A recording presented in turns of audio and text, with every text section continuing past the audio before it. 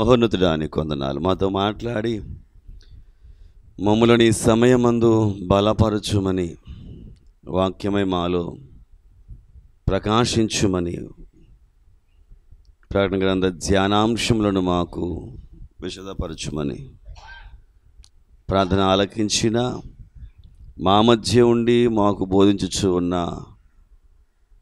మా ప్రియ పరలోకపు తండ్రి అయిన యేసుక్రీస్తు వారి శ్రేష్ఠ నామములో అడిగి వేడుకొనుచున్నాను పరమ తండ్రి, ఆమేన్. దేవనామమున మనెల్లరకును శుభములు, సంతోషానందములు దేవుడు మెండుగా అనుగ్రహించునుగాక. 7 ఆత్మలు ఒక ప్రత్యేకమైనటువంటి అంశముగా మనము ధ్యానించాల్సిన వారమై ఉన్నాము. తండ్రి అయినటువంటి దేవుడు, కుమారుడైనటువంటి దేవుడు, పరిశుద్ధాత్ముడు అయినటువంటి దేవుడు, ఈ ముగ్గురు త్రిత్వమై ఉన్నారని, ముగ్గురు కలిసి ఉన్నారని, ఆయా సమయముల యందు వారు వేరువేరుగా మనకు బైబిల్ గ్రంథములో కనిపిస్తున్నారని మనము మన యొక్క బైబిల్ యొక్క పఠనము ద్వారా నేర్చుకున్న వారము, ఎరిగినటువంటి వారము. అయితే 7 ఆత్మలు అనేటువంటిది ఒక ప్రత్యేకమైన విషయంగా ప్రకటన గ్రంథములో మనము చూస్తూ ఉన్నాము. ఈ ప్రకటన గ్రంథములో ఉన్నటువంటి విషయాలు, ప్రకటన గ్రంథములో ఉన్నటువంటి ప్రతి విధమైనటువంటి మాటలు చాలా లోతైనటువంటి విషయాలు మనకు జ్ఞాపకం చేస్తాయి, తెలియచేస్తాయి. బైబిలులో 7 చాలా ప్రాముఖ్యమైనదిగా కనిపిస్తూ ఉంది. దేవుడు మానవుని కలుగజేసిన తర్వాత 7వ రోజు విశ్రాంతి తీసుకున్నాడు. దానిని ఆయన ఏమన్నాడు అనంటే విశ్రాంతి దినము అని అన్నాడు. విశ్రాంతి దినమునకు ఆయన కర్త అయి ఉన్నాడు. విశ్రాంతి దినమును గురించినటువంటి అనేకమైన విషయాలు మనకు బైబిలులో కనిపిస్తూ ఉన్నాయి. 7 వారములు అనగా 7 రోజులను దేవుడు ఈ మానవ జీవితములో కాలచక్రంగా నిర్ణయించాడు అనంటే ప్రారంభములోనే 7 అనేటువంటి మాటకు దేవుడు ఒక ప్రత్యేకతను అందించాడు అనేటువంటిది. అయితే ఈ 7 ఆత్మలు ఏమేమి పనులు చేస్తాయి అనేటువంటి విషయాలను మనము జ్ఞాపకం చేసుకుంటే, ధ్యానించుకుంటే, మొన్న మీకు చెప్పాను 29వ కీర్తనలో ఉన్నటువంటి 7 స్వరములను గురించి మీకు నేను జ్ఞాపకము చేశాను. అయితే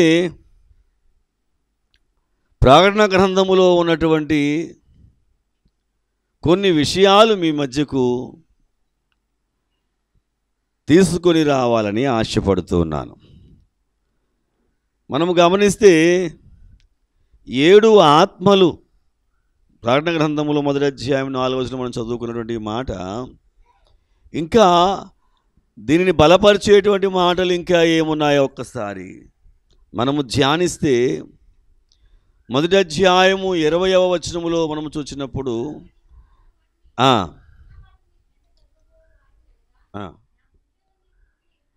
7 నక్షత్రములు మర్మమును 7 సువర్ణ దీపస్తంభముల సంగతియు రాయుము. 7 నక్షత్రములు 7 సంఘములకు దూతలు, ఆ 7 దీపస్తంభములు 7 సంఘములు అని వ్రాయబడ్డాయి. అయితే ఈ 7 దూతలు 7 ఆత్మల అనేటువంటి విషయం మీద చాలా అనుమానములు ఉన్నాయి. లేక 7 దూతలే 7 ఆత్మలు అనేటువంటి విషయాలను చాలామంది బోధిస్తూ ఉన్నారు. అయితే మనము ముఖ్యంగా గమనించాల్సిన విషయం ఏమిటనంటే, సింహాసనము ఎదుట ఉన్నటువంటి 7 ఆత్మలు అని వ్రాయబడి ఉంది కనుక 7 దూతలు 7 ఆత్మలు కానేరరు అనేటువంటి సత్యాన్ని మనము ధ్యానించాలి. మనము 3వ అధ్యాయం 1వ వచనంలో చూచినప్పుడు 7 నక్షత్రములను దేవుని 7 ఆత్మలను గలవాడు చెప్పు సంగతులు ఏవనగా, దేవునికి ఉన్నటువంటి 7 ఆత్మలు కలవాడు చెప్పేటువంటి సంగతి, ఆయనలో ఉన్నటువంటి 7 ఆత్మలు ఉన్నవి అనేటువంటి మరి యొక్క నిదర్శనము మనం ఇక్కడ చూస్తూ ఉన్నాము. 7 ఆత్మల నుండి అని మనం చదువుకున్నాం 1వ అధ్యాయం 4వ వచనంలో. ఇక్కడ చదివినటువంటి మాటలు 7 ఆత్మలు గలవాడును చెప్పు సంగతులు ఏమిటి అనగా, ఎవరు ఈ చెప్పేటువంటి విషయాలు? యేసుక్రీస్తు తన దాసులకు కనపరచుటకు దేవుడు ఆయనకు అనుగ్రహించిన ప్రత్యక్షత గనుక దేవుడే యోహాను గారికి వాటిని ప్రత్యక్షపరిచి తెలియజేస్తూ ఉన్నాడు. కనుక ఆ తెలియజేసేటువంటి ఆ దేవుడిలోనే ఏమున్నాయనంటే 7 ఆత్మలు ఉంచబడ్డాయి. 7 ఆత్మలు గలవాడు చెప్పేటువంటి సంగతులు అని. మరి ఒక వాక్య భాగాన్ని చూస్తే ప్రకటన గ్రంథము 4వ అధ్యాయము 5వ వచనములో మనం చూచినప్పుడు, సింహాసనములో నుండి బయలుదేరుచున్నవి, అవి ఆ సింహాసనము ఎదుట 7 దీపములు ప్రజ్వరిల్లుచున్నవి, అవి దేవుని 7 ఆత్మలు. కనుక సింహాసనము ఎదుట ఉన్నటువంటి ఆత్మల నుండి, ఇక్కడ వ్రాయబడిన మాట, సింహాసనము ఎదుట ఉన్నటువంటి 7 దీపములు ఏం చేస్తున్నాయి? 7 దీపములు ఏం చేస్తున్నాయి? ప్రజ్వరిల్లుతూ ఉన్నాయి, అంటే వెలుగుతూ ఉన్నాయి. వెలిగేటువంటి వీటిని ఏమంటున్నాడు అనంటే దేవుని 7 ఆత్మలు అని అంటూ ఉన్నాడు. కనుక ఉన్నటువంటి 7 దీపస్తంభములు ఏమైతే ఉన్నాయో, ఈ 7 దీపస్తంభములు దేవుని యొక్క 7 ఆత్మలుగా ప్రజ్వరిల్లుచున్నాయి అనేటువంటి విషయాన్ని నిర్ధారణ చేస్తూ ఉన్నాడు. దేవుని స్తోత్రం, హల్లెలూయా. అయితే ఈ 7 ఆత్మల యొక్క ప్రత్యేకత మరి యొక్క సందర్భంలో మనము గమనిస్తే, ప్రకటన గ్రంథం 5వ అధ్యాయములో 6వ వచనములో ఉన్నటువంటి విషయం ఏమిటనంటే,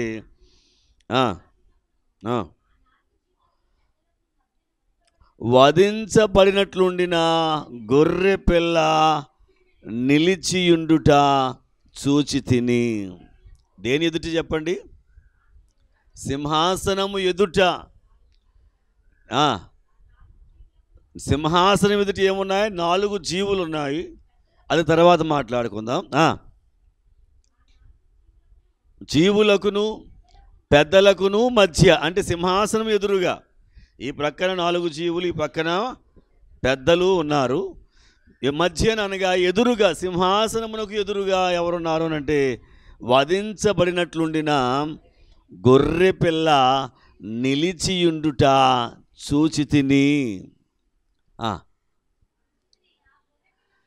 ఆ గొర్రె పిల్లకు ఎన్ని కొమ్ములు ఉన్నాయి అనంటే 7 కొమ్ములు ఉన్నాయి. అలాగే 7 కన్నులు ఉన్నాయి.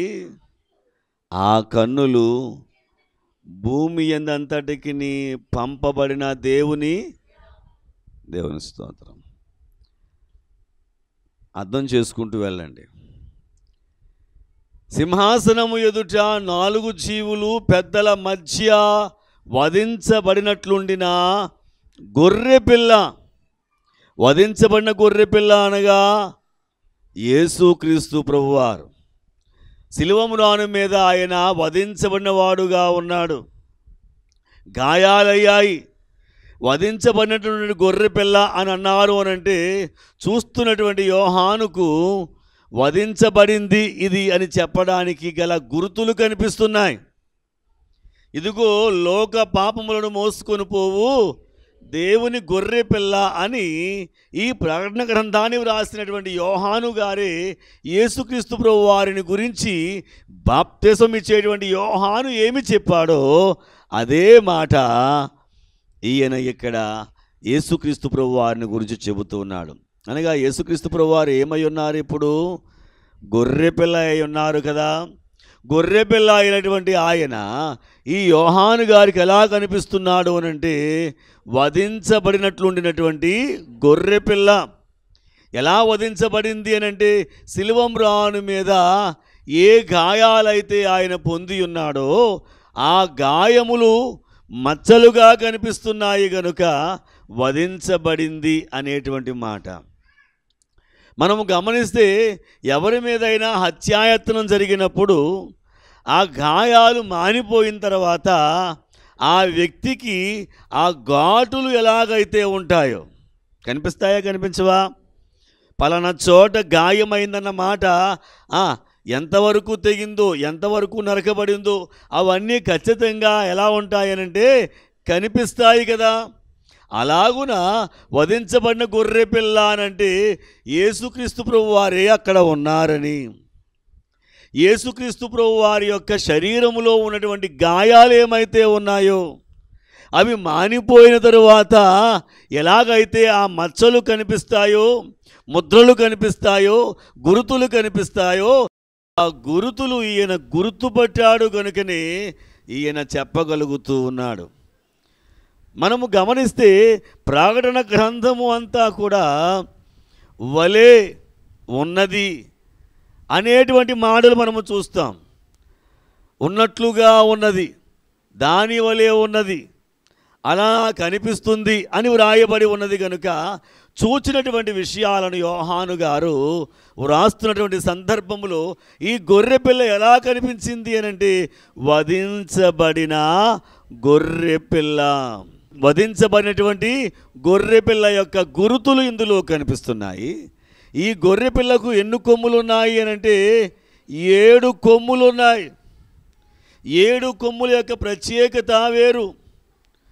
కొమ్ము అని అనగా దేనికోసం సూచనగా ఉంది చెప్పండి? కొమ్ములు దేనికుంటాయి? దేనికుంటాయి కొమ్ములు? జంతువులు, చాలా జంతువులకి కొమ్ములు ఉంటాయి. ఈ కొమ్ములు దేనికి సూచనగా ఉంటాయి అని అంటే బలమునకు సూచన, శక్తికి సూచన. ఇంకా చెప్పాలి అని అంటే కనుక ఏమంటారు దాన్ని,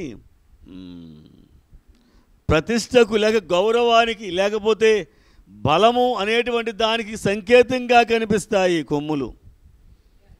ఘనతకు కొమ్ములు దేనికి? ఘనతకు.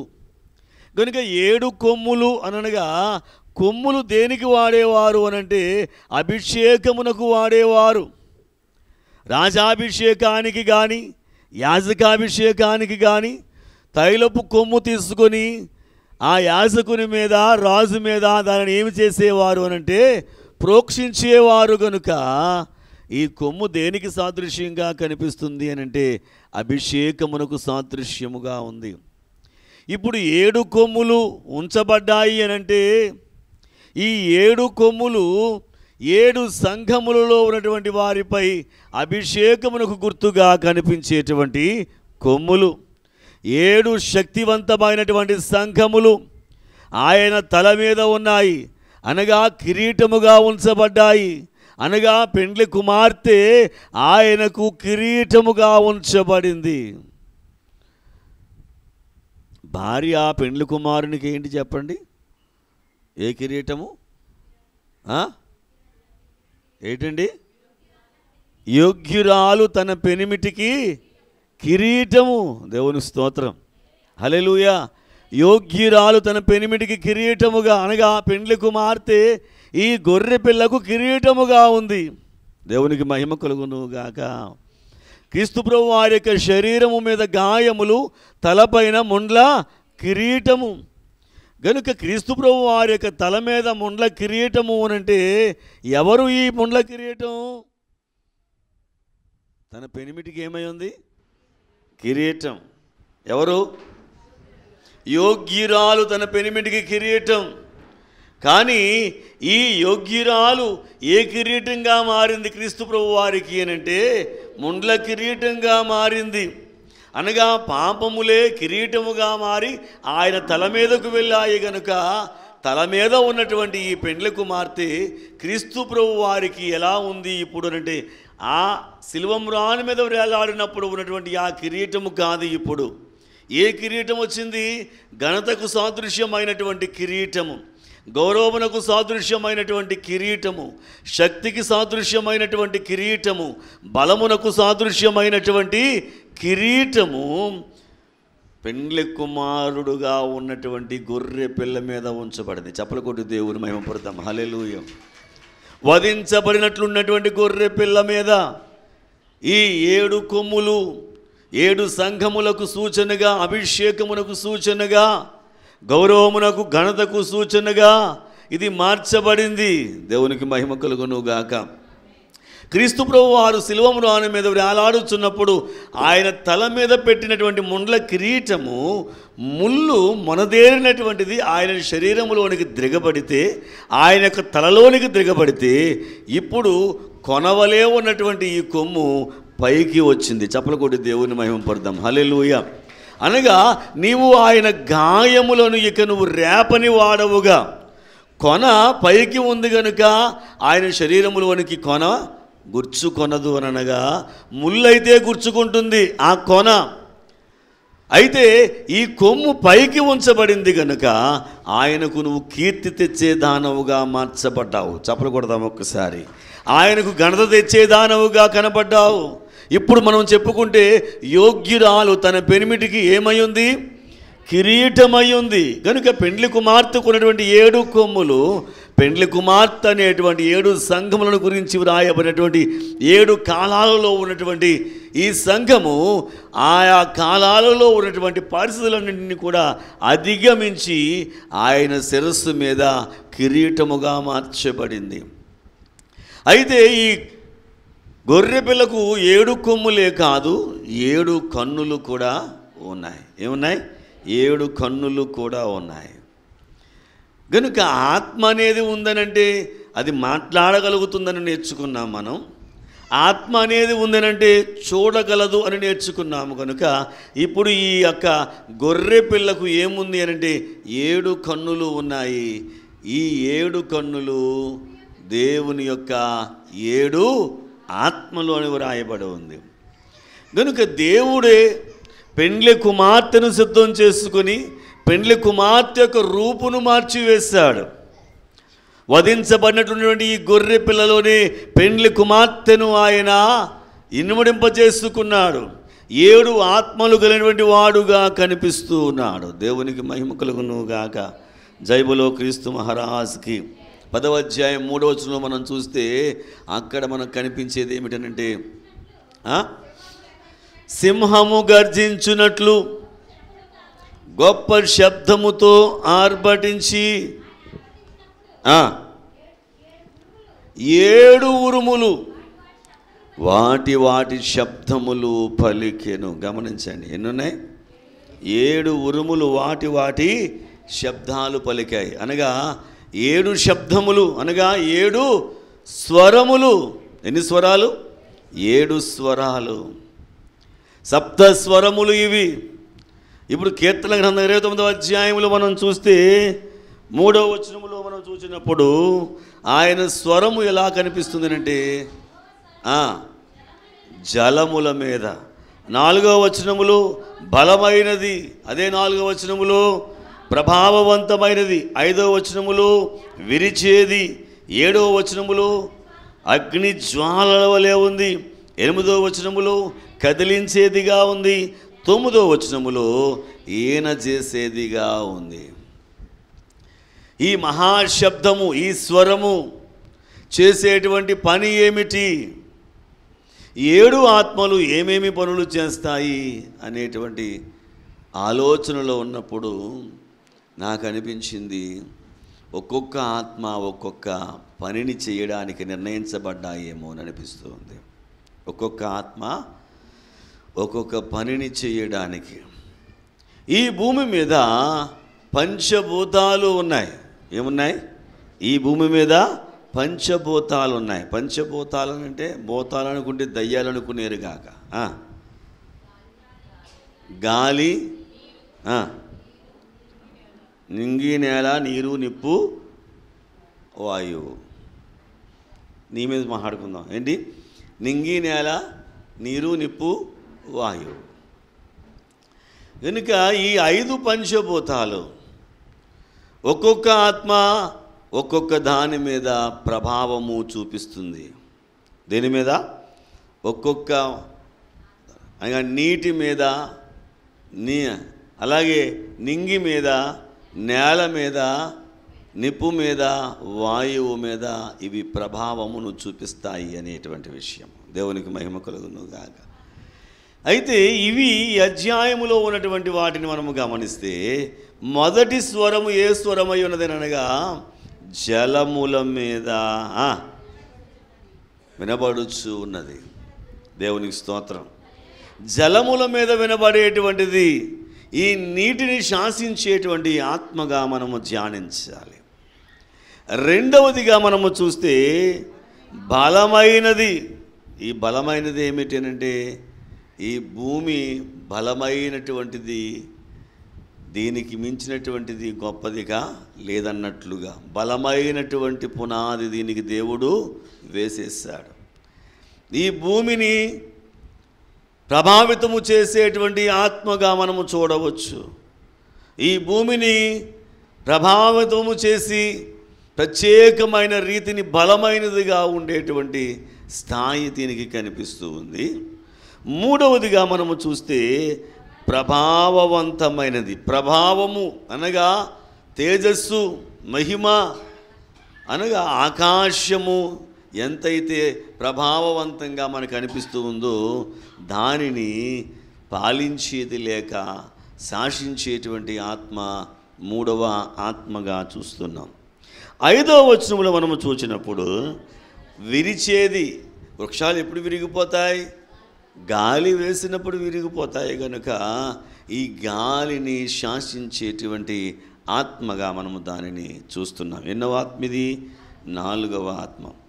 7వ ఆత్మ 5వ ఆత్మ 7వ వచనములో ఏంటండి? ఆయన స్వరం ఏం చేస్తుందట? అగ్ని జ్వాలలను.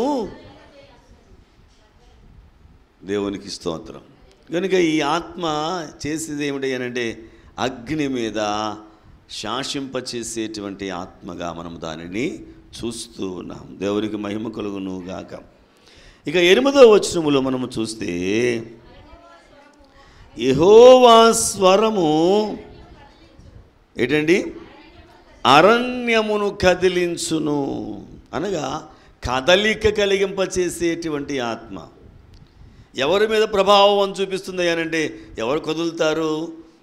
సకల జీవరాశులు అందరి మీద మనము కదులుతున్నాము అనంటే, చిన్న చీమ కదిలింది అనంటే కూడా ఏముంటుంది? చీమైనా కూడా దేవుని ఆజ్ఞ లేనిదే చిటుక్కు మనదట, కొట్టదట. అవునా కాదా? దేవుని స్తోత్రం. కనుక ప్రతి జీవరాశి కదులుతుంది అనంటే, మనగలుగుతుంది అనంటే దీనికి గల కారణం ఏమిటంటే ఈ 6వ ఆత్మ మనలను కదిలింపచేసేటువంటి ఆత్మ. దేవునికి స్తోత్రం. 7వది ఈయన చేసేటువంటిది. ఈయన చేసేటువంటిది అనంటే పుట్టించేటువంటిది. ఏది పుట్టించేది? ఆయన యొక్క స్వరం ఏం చేస్తుంది? పుట్టింపజేసే శక్తి దానికి ఉన్నది. ఇంతకుముందున్న ఆత్మ ఏం చేస్తుంది? కదిలించేటువంటి ఆత్మ. ఈ ఆత్మ ఏమిటయ్యానంటే పుట్టించే, సకల జీవరాశులను పుట్టించేటువంటి ఆత్మ ఇది. ఈ 7 ఆత్మలు ఆయన కలిగి ఉన్నారు. దేవునికి స్తోత్రం. హల్లెలూయా. 7 ఆత్మలు, పంచభూతాలు. 6వ రోజున ఎవరు? మనిషిని దేవుడు చేశాడు. 7వ రోజున ఎవరు? ఆయన విశ్రాంతి పొందాడు కనుక ఆయనది 7వ రోజు కనుక 7వ రోజున ఆయన కొన్న శక్తి ఏమిటయ్యానంటే ఈ భూమిని పుట్టించగలడు, ఈ భూమిని ఆయన నడిపించగలడు, ఈ భూమిని ఆయన తన యొక్క చెప్పు చేతలలో ఉంచుకోగలడు. దేవునికి మహిమ కలుగును గాక. జై బలో క్రీస్తు మహారాజ్కి. అందుకనే యేసుక్రీస్తు ప్రభువారు ఈ భూలోకములో ఉన్నప్పుడు పంచభూతములను ఆయన శాసించిన వాడుగా ఉన్నాడు. దేవునికి స్తోత్రం. హల్లెలూయా. దీని గురించి వివరణ పెద్దగా మనం ఆలోచించాలి, చెయ్యాలి. కానీ క్లుప్తంగా మీకు నేను జ్ఞాపకం చేస్తాను. మొదటిది ఏం చెప్పుకున్నాం? ఇప్పుడు నీరు. ఏమిటి చెప్పండి? నీరు అని చెప్పుకున్నాం. జలముల మీద ఆయన స్వరము. గనుక యేసుక్రీస్తు ప్రభువారి భూలోకంలో ఉండగా ఆయన నీటిని శాసించాడా లేదా? ఎక్కడ?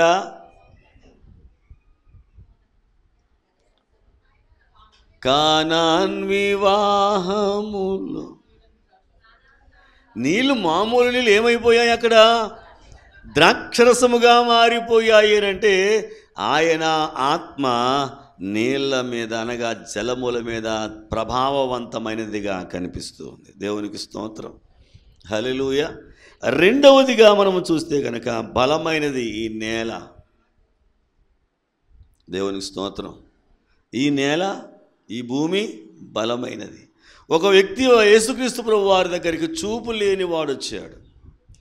ఆ సమయమందు యేసుక్రీస్తు ప్రభువారు నేల మీద ఉమ్మి వేసి ఆ ఉమ్మిని అనగా ఈ భూమి మీద ఉన్నటువంటి ఈ రేణువులను ఆయన బురదగా చేసి ఆ కంటి మీద రాసి ఏమొచ్చింది అతనికి? స్వస్థత అంటారేటండి. స్వస్థత ఎప్పుడు వస్తుంది? ఒంట్లో బాగోకపోతే వచ్చేదేంటి? స్వస్థత. మరి చూపు అనేటువంటిది పుట్టుకు నుంచి పోయింది కాబట్టి అది స్వస్థత కాదేంటి? అద్భుతము. కనుక ఈ భూమి నుంచి ఆయన ఏం చేశాడనంటే ఒక మనిషికి చూపును ఆయన తీసుకురాగలిగాడు. దేవునికి స్తోత్రం. హల్లెలూయా. తర్వాత స్వరం ఏమిటి? ప్రభావవంతమైనటువంటిది. దేవుని స్తోత్రం. నింగి. నింగిలో ఏముంటాయి? నింగిలో ఏముంటాయి? నింగంటే ఆకాశం. మేఘాలలోనా వెళ్ళినావు, త్వరలోని భువికి తరలుచున్నావు, త్వరలోని భువికి తరలుచున్నావు, పశుశాలలో నీవు పవలించినావు, పరమాత్ముడవు నీవు, పసిబాలుడైనావు,